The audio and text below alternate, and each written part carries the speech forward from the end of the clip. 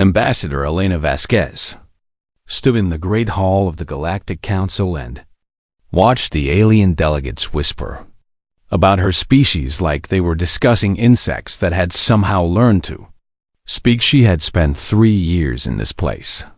3 years of smiling at creatures who looked at humanity with disgust and fear. 3 years of pretending not to notice when they called her people the violent apes or the young barbarians behind her back. Today was supposed to be different because today Earth was finally going to receive permanent observer status in the Council. A small victory that Elena had fought for with every diplomatic tool she possessed. Her daughter, Maya, sat beside her in the observation gallery. A bright-eyed 12-year-old who had grown up among the stars and who believed with all her heart that the galaxy was full of wonders waiting to be discovered. "Mother, look at the Melodari delegate," Maya whispered with excitement in her voice.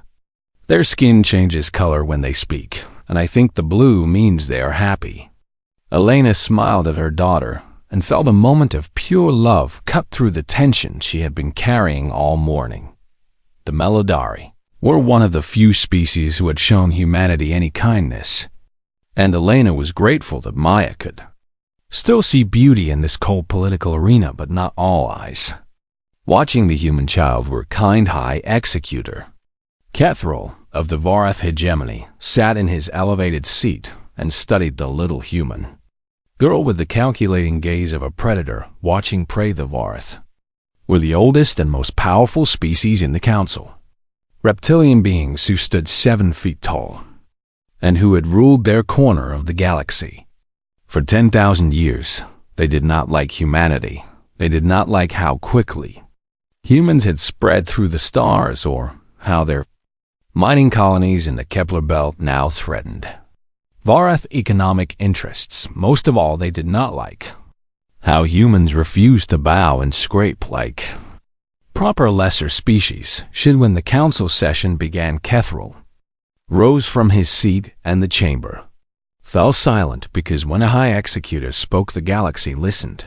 "Before we proceed with standard business, I must raise an urgent matter of security." His voice echoed through the hall like stones grinding together.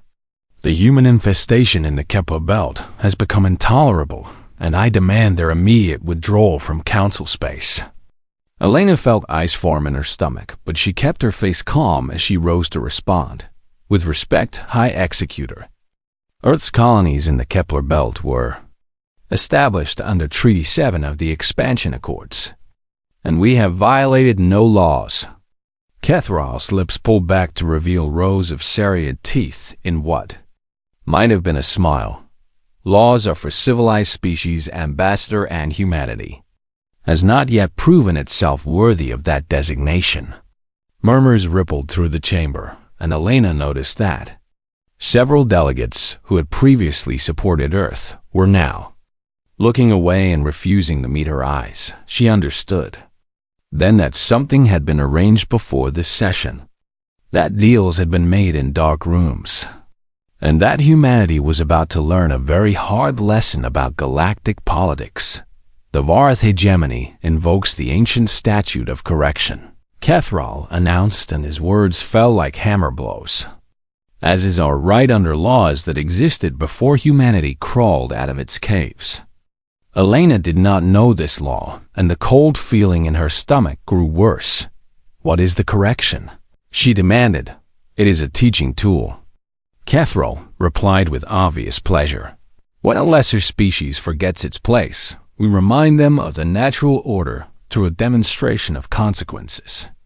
He gestured, and Vorath guards moved through the chamber with terrifying speed. Elena screamed as they seized Maya from the observation gallery, her daughter crying out in fear and confusion as massive clawed hands dragged her toward the central platform.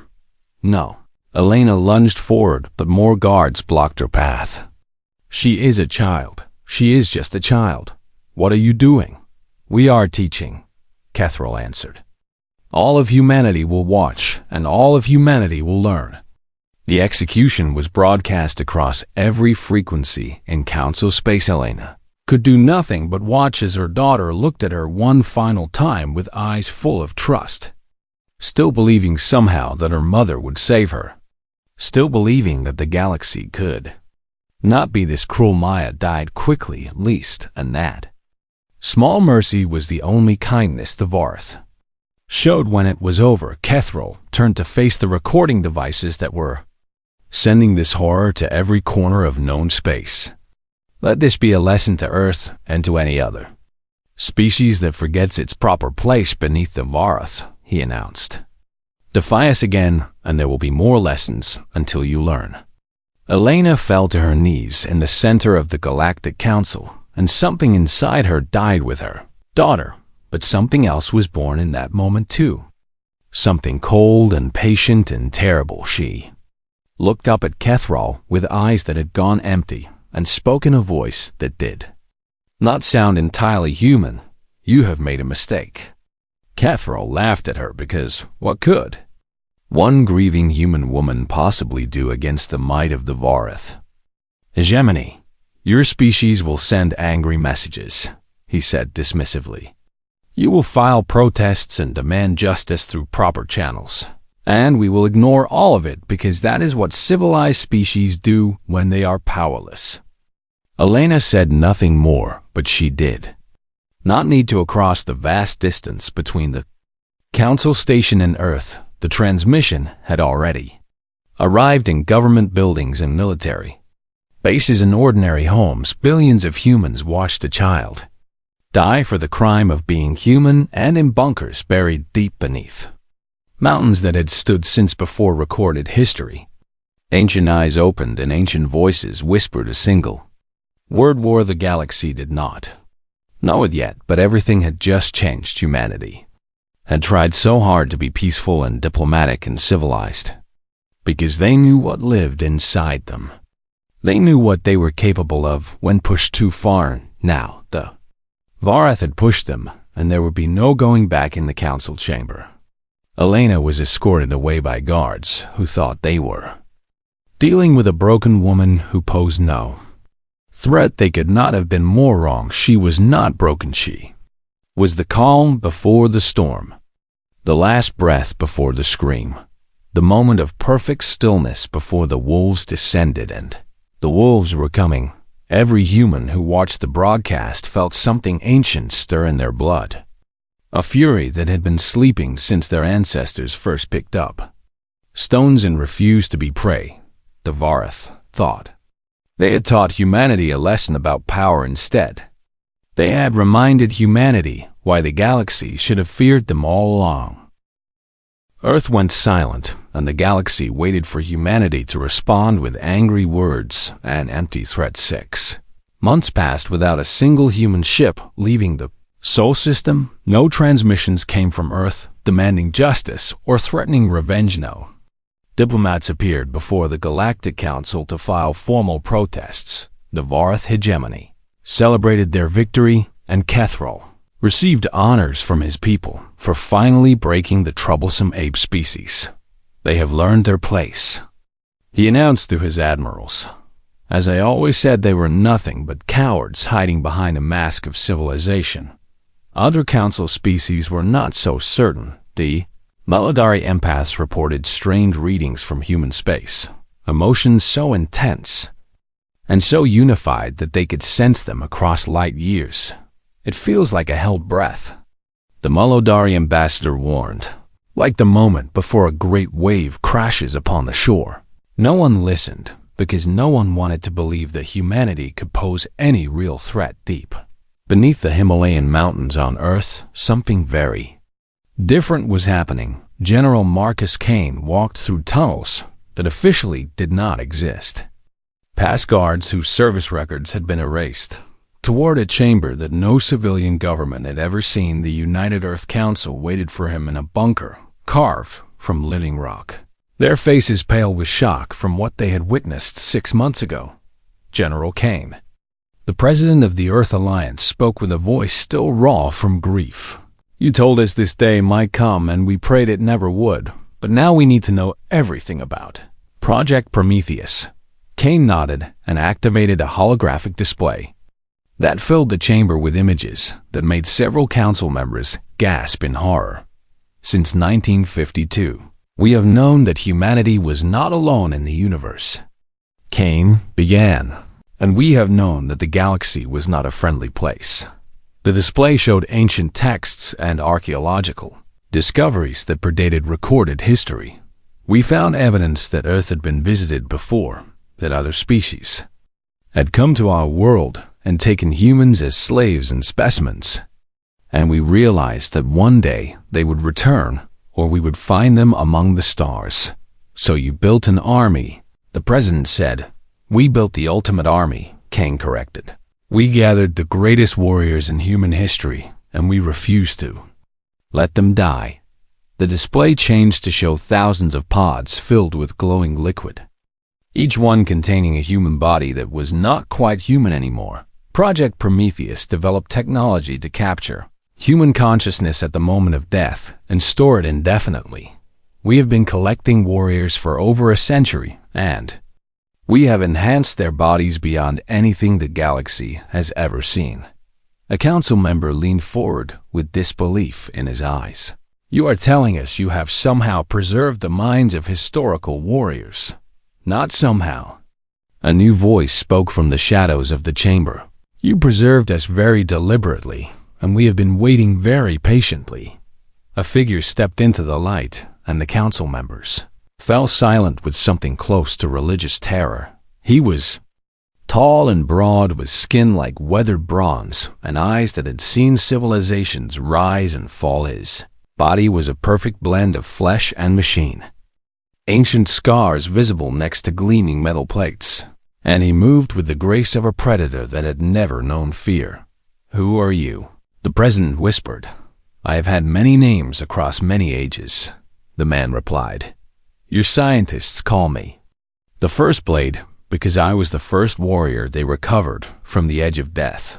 He smiled, and it was not a comforting expression. I fought when humanity still lived in caves, and I taught my people that we would never be prey. I have killed beasts and men and things that have no name in your modern tongues, and I have waited in the darkness for the day when humanity would need me again. Cain stepped forward to continue the briefing.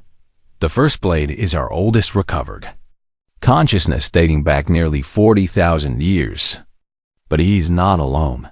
The display showed other faces that the council recognized from history. Buxlianas of Sparta, who had held the gates against an empire Genghis Khan, who had conquered more territory than any other human in history, Shaka Zulu, who had transformed tribal warriors into a military force that shook a continent, Joan of Arc, who had heard voices telling her to save her people and had obeyed without fear, and hundreds more from every era and every culture. Warriors whose names had become legends, whose deeds had defined what it meant to fight and win against impossible odds. They are called the Reborn, Cain said. Their minds have been enhanced with modern tactical knowledge, and their bodies have been rebuilt with technology we have never shared with the galaxy. Why? A council member asked. Why keep this secret for so long? The First Blade answered that question. Because we hoped we would never need to wake. Because humanity wanted to believe that the stars held friends instead of enemies. Because your leaders prayed that diplomacy and trade and kindness would be enough. His eyes grew cold. But I knew better. I have always known that the universe respects only strength, and that peace is just the time between wars. He turned to face the president directly. They killed a child to teach humanity submission. They murdered an innocent girl and broadcast her death to make your people afraid. We are afraid. The president admitted. Good, the First Blade replied. Fear is the beginning of wisdom, but it must not be the end. Now take that fear and transform it into something useful. Into what? The ancient warrior smiled again, and this time it was the smile of something that had climbed to the top of the food chain long before civilization existed. Into permission. Give me and my brothers and sisters permission to do what we were born to do. Let us teach the galaxy what happens when you wake the sleeping wolves. The council debated for only an hour before reaching their decision. It was unanimous. The First Blade nodded in satisfaction and turned to walk back into the shadows where his fellow reborn waited to prepare the fleet. He commanded, "And send a message to every human colony. Tell them to watch the skies, because their children are about to be avenged." Across Earth and across the stars, humanity began to move ships that had been hidden in asteroid fields, powered up. Their engine soldiers who had trained in secret for this moment received their orders, and the reborn opened their eyes and remembered every death they had ever dealt and knew that soon they would add many more to that count. The galaxy had no idea what was coming, but they would learn. The Vorath border world of Thesek Prime was a fortress, planet protected by orbital defense stations and a fleet of 300 warships. Its governor was a cousin of High Executor Kethril, and he had laughed when he heard reports of human ships entering Vorath space. "Let them come," he said to his officers. "We will destroy them and mount their skulls in the Grand Hall as a reminder of Vorath supremacy." He was still laughing when the first human ship appeared on his sensors. Then he stopped because the ship was not supposed to be there. Vorath detection technology was the most advanced in the galaxy, and nothing could approach their space without being spotted days in advance. But this ship had simply appeared like a ghost emerging from the darkness between stars. And it was not alone. One ship became 10, and 10 became 100, and 100 became a fleet of black vessels that moved through the void. Without making a sound, the governor ordered his defense fleet to attack, and 300 Vorath warships surged forward with weapons charging. The human fleet did not fire back. Instead, small pods launched from every ship and streaked toward the Vorath vessels faster than any projectile the reptiles had ever seen. "What are those?" the governor demanded. His tactical officer had no answer because the pods were too small to be missiles and too fast to be shuttles. Then, the pods hit their targets and carved through Vorath armor like it was made of paper. The governor watched in horror as alien metal screamed and tore open, and things began to emerge from the boarding pods. They were human-shaped, but they were not human in any way that he understood. The first warrior through the breach on the flagship was a giant of a man dressed in armor that looked like ancient bronze, but deflected plasma fire like it was rain. He carried a spear and a sword, and he moved through Vorath soldiers like they were standing still. "Spartans!" he roared, and behind him came warriors in matching armor. "Remember what they did to the child. Remember why we fight." Leonidas of Sparta had returned from death, and he brought his soldiers with him on another ship. A horde of mounted warriors burst from their pod riding mechanical horses that galloped through zero gravity as if it were an open plain. Their leader wore furs and leather and metal, and he wielded a curved sword that hummed with energy. Genghis Khan had conquered the world once, and now he had come to conquer the stars. His riders followed him through the corridors of the Vorath ship, and they killed everything in their path without mercy or hesitation. On a third ship, warriors in black moved like shadows, silent and deadly, appearing from nowhere to strike with blades that could cut through anything. Shaka Zulu led his impis through the enemy vessel, and his tactical genius found every weakness in Vorath defenses and exploited them without remorse. And on ship after ship, the story was the same. Human warriors from every age and every culture had come together in this moment, and they fought with a fury that the galaxy had never witnessed. The Vorath tried to retreat, but the human fleet cut off their escape. They tried to surrender, but the Reborn did not accept surrenders on this day. They tried to call for reinforcements, but their communications had been jammed by technology so advanced it might as well have been magic. In 6 hours the battle was over, and 300 Vorath warships had been reduced to drifting wreckage, filled with the bodies of those who had served a regime that murdered children. The governor of Thesek Prime watched from his palace as human dropships descended through his atmosphere. He ordered his ground forces to defend the capital, and they tried their best against an enemy that simply would not stop coming. The First Blade led the assault on the governor's palace personally. He walked through the front gates alone, and the guards who tried to stop him died so quickly they barely had time to scream. He climbed the grand staircase while alarms wailed and soldiers scrambled to form defensive positions. They fired at him with every weapon they had, and he walked through the barrage like it was a gentle breeze. His body healed from wounds that should have been fatal, and his speed made him nearly impossible to track, and his strength let him tear through armored doors with his bare hands. The governor was waiting in his throne room surrounded by his personal guard. The elite of the elite, warriors who had never known defeat. The First Blade killed them all in less than a minute. Then he stood before the governor and looked at the trembling reptile with eyes that had seen the birth of human civilization. "Please," the governor begged. "I was not involved in the execution of the child. I am just a regional administrator. I have no power over council decisions. You served the regime that killed her." The First Blade replied, "You benefited from their cruelty. You laughed when you heard human ships were approaching. How do you know that? Because I have been watching your kind for a long time, and I know exactly what you are." The First Blade reached down and grabbed the governor by his throat. "You are going to send a message to your High Executor, and you are going to tell him exactly what happened here today." "What should I say?" The ancient warrior leaned close and spoke in a whisper that somehow carried more weight than any shout. "Tell him that humanity remembers every insult and every injury and every drop of blood that was shed. Tell him that we tried to be peaceful and we tried to be kind, but he taught us that the galaxy only respects violence." He released the governor, who fell gasping to the floor. "Tell him the class is now in session, and we have many more lessons to teach." The message was broadcast across all council frequencies, and the galaxy watched footage of the Desak Prime massacre with growing terror. This was not the humanity they knew. This was not the young species that had stumbled into the stars with hope in their hearts. This was something ancient and terrible. A predator that had been pretending to be prey.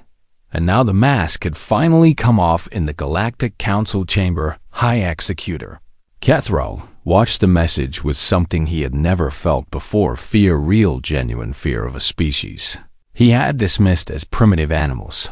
"What have we done?" One of his advisors whispered. Thrall had no answer because he was beginning to realize that he had made the worst mistake in the history of the Warth hegemony. He had woken the wolves, and now they were hungry for blood. Panic spread through council. Space, like a disease that no medicine could cure, species that had stood together for thousands of years now turned on each other as rumors of human vengeance swept across the stars. The Kethrani merchants who had cheated human traders demanded protection from the council. The Voss warriors who had attacked human colony ships begged for asylum in neutral space. The Thraxian scientists who had stolen human technology and claimed it as their own quietly deleted their records and prayed they would not be noticed. Everyone remembered every wrong they had ever done to humanity and wondered if the humans remembered too. High Executor Kethral called an emergency session of the Galactic Council and demanded that all species unite against the human threat. "They are savages," he roared at the assembled delegates. "They have shown their true nature, and we must crush them before they destroy everything we have built." But the other species were no longer listening to Varth commands. "You started this war," the Melodari ambassador replied with unusual boldness. "You killed a child to prove your dominance, and now you expect us to die for your mistake." It was not a mistake, it was necessary discipline for a lesser species. "Look at what your discipline has cost us." The ambassador activated a holographic display that showed the current state of Varth's space. 12 worlds had fallen in the months since Desak Prime human fleets appeared without warning and struck with devastating precision, then vanished before reinforcements could arrive. The Reborn fought like nothing the galaxy had ever seen, and conventional military tactics were useless against warriors who seemed to have no fear of death. The Melodari Consortium will not fight your war, the ambassador declared. We are withdrawing from the Mutual Defense Pact effective immediately. Other species quickly followed. The Kethrani announced their neutrality. The Thraxians offered to negotiate peace on humanity's behalf. Even species that had never liked humans were abandoning the Vorath because they understood that this war could not be won through force alone. Kethrol watched his alliance crumble with growing rage and desperation. Then the doors of the council chamber opened and a figure walked in that made every delegate fall silent. Ambassador Elena Vasquez had returned. She was not the same woman who had watched her daughter die in this very room. Her eyes were empty of warmth, and her face showed no emotion, and she moved with the careful precision of someone who had burned away everything soft inside themselves. Behind her walked two figures in armor that seemed to drink in the light. The First Blade and Shaka Zulu had come to the council as her personal guards, and their presence filled the room with a weight that made it hard to breathe. I am here to deliver humanity's terms, Elena said in a voice that could have frozen stars. Kethrol rose to his feet with fury burning in his eyes. You have no right to be here, human. You are war criminals, and your species will be exterminated for what you have done. Elena looked at him, and something flickered in those dead eyes. You killed my daughter in this room. You broadcast her death to the galaxy as a lesson about power, and you thought humanity would simply accept our place beneath your feet. She stepped closer, and the Vorath guards moved to intercept her, but the First Blade was faster. He did not attack them, but his presence alone was enough to make them hesitate, and that moment of doubt let Elena continue walking until she stood directly before Kethrol. You have 2 cycles to surrender yourself and every official involved in Maya's execution, she said. If you refuse, we will demonstrate what humanity has kept hidden since before your species learned to walk upright. Kethrol laughed, though the sound was hollow with fear he could not fully hide. You would not dare destroy us. You claim to be civilized beings. You would become the monsters you pretend to oppose. Elena smiled, and it was the most terrifying thing many delegates had ever seen. Destroy you, she repeated. No, that would be too merciful. She turned to address the entire council. We are not going to exterminate the Vorath. We are going to dismantle their civilization piece by piece. We are going to watch their empire crumble and their children forget their history. We are going to make them an example that the galaxy will remember for 10,000 years. You cannot do this. We can and we will unless you meet our terms. She looked at each delegate in turn, her empty eyes measuring them and finding them wanting. Humanity tried to be peaceful. We tried to earn your respect through diplomacy and trade and cultural exchange. We showed you our best qualities, and we hid the parts of ourselves that frightened us. Her voice hardened. But you taught us that peace is weakness and mercy is stupidity, and kindness is something to be exploited. You showed us that the galaxy only respects violence and cruelty. She raised her hand and pointed at Kethrol. You taught our children that lesson when you murdered Maya. You taught every human child who watched that broadcast that the universe is cold and brutal and merciless. The First Blade spoke then, and his ancient voice carried a weight that made the walls tremble. We are humanity's response to that lesson. We are what your cruelty created, and we will not rest until the debt is paid. The Melodari ambassador stepped forward with genuine anguish in her voice. Ambassador Vasquez, please, there must be another way. Not all species supported what the Vorath did, and many of us tried to help humanity, even when it was dangerous. Elena turned to look at the Melodari, and for just a moment something like gratitude flickered across her face. We know, and we remember. Humanity does not forget its friends, any more than it forgets its enemies. She returned her attention to Kethro. 2 cycles. Surrender yourself and your accomplices, or watch everything you have built turn to ash. Then she turned and walked out of the council chamber with her guards. Following silently behind her, the delegates sat in stunned silence for a long moment. Then chaos erupted as species began shouting at each other and demanding answers and trying to figure out how to survive what was coming. Kethro remained frozen in his woes.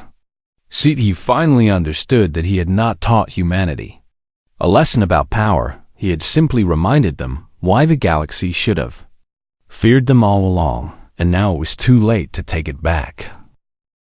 The Vorath hegemony did not surrender. High Executor Kethro rallied his remaining forces and declared that his species would fight to the last soldier.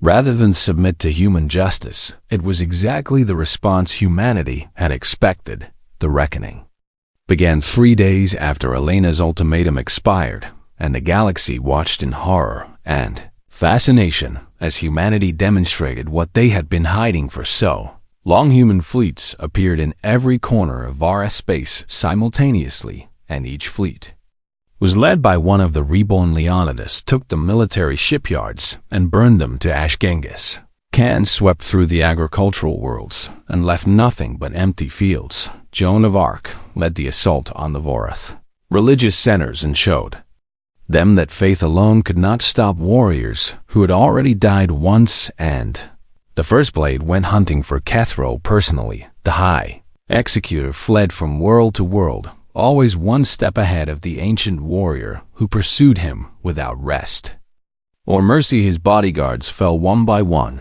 His advisors betrayed him for promises of survival. His family abandoned him when they realized the proximity to him meant death. In the end, Kethro was found hiding in a bunker beneath his ancestral palace on the Vorath homeworld, surrounded by the last soldiers still loyal to him. First Blade walked through the bunker's defenses alone and killed every guard who tried to stop him. He found Kethro in a small room, clutching a weapon that could not hurt him and babbling prayers to gods who had abandoned him. Stand up, the First Blade commanded. Thrall did not move, so the ancient warrior grabbed him and forced him to his feet. You are going to live, the First Blade said, and confusion replaced some of the terror in the Vorath's eyes. You are not going to kill me. Death would be too kind, and humanity has learned from you that kindness is weakness. He dragged Kethro out of the bunker and into the light of the Vorath sun, where human soldiers waited with cameras ready to broadcast across the galaxy. High Executor Kethro of the Vorath hegemony. The First Blade announced, you are guilty of the murder of Maya Elena Vasquez and the attempted subjugation of humanity. He threw the Vorath to the ground.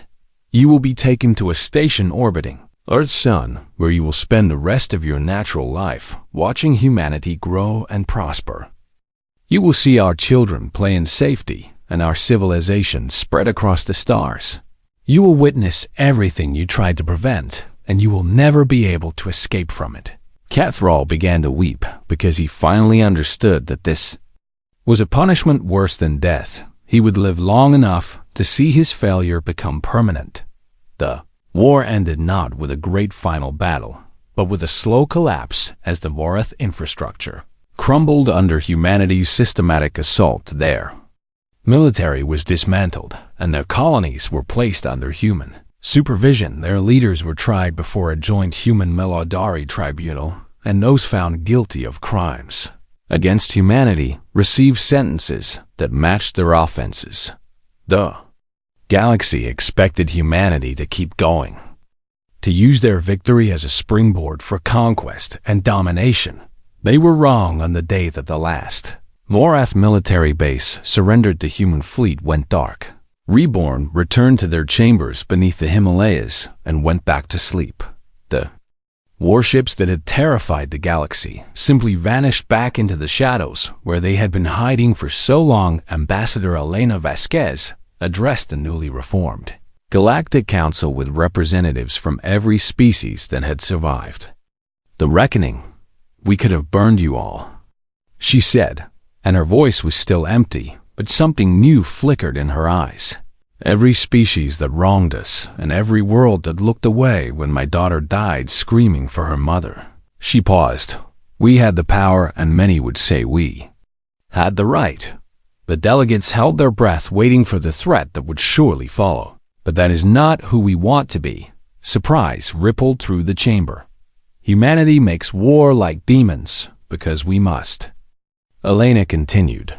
We carry violence in our blood, and we are very, very good at destruction. But we do not want to be defined by our capacity for cruelty. She looked at the Melodari delegate, who had shown her kindness even in the darkest days. We would rather build. We would rather heal. We would rather teach our children that the stars are full of wonders waiting to be explored. Her voice softened for the first time since Maya's death. My daughter believed that the galaxy could be kind, and I want to prove her right. She extended her hand toward the assembled delegates. This is your chance. Help us build something better than what came before. Help us create a galaxy where children are protected and diplomacy is respected and strength is used to defend the weak instead of oppressing them. Her eyes hardened just enough to remind them who they were dealing with. But understand this clearly. If anyone threatens our children again, we will not hold back. The wolves will wake, and this time there will be no mercy left to give. The delegates voted unanimously to accept humanity's terms. Years passed and the galaxy slowly changed. The Galactic Unity Station replaced the old council headquarters, and at its heart stood a memorial that every visitor was required to see. A statue of a 12-year-old girl reaching toward the stars, surrounded by flowers from 100 different worlds. The plaque beneath it read, Maya Elena Vasquez. She believed the galaxy could be kind. May we prove her right. Ambassador Elena Vasquez visited the memorial every year on the anniversary of her daughter's death. She would stand in silence for hours, and no one dared disturb her. The First Blade came to visit once and stood beside her without speaking. Finally, Elena broke the silence. Do you think we did the right thing? The ancient warrior considered the question carefully. We showed the galaxy what happens when you harm our children, and then we showed them that we are more than just warriors. I think Maya would have been proud. Elena nodded slowly. She always believed in second chances. And we gave the galaxy one. It is up to them to prove they deserve it. They stood together in the quiet memorial hall, and somewhere in the vast distance of space, humanity continued to grow and explore and build. The wolves slept peacefully beneath their mountain, and the galaxy remembered why it was wise to let them re-stand. A little girl who had believed in kindness smiled down from the stars at a universe that was finally learning to be better.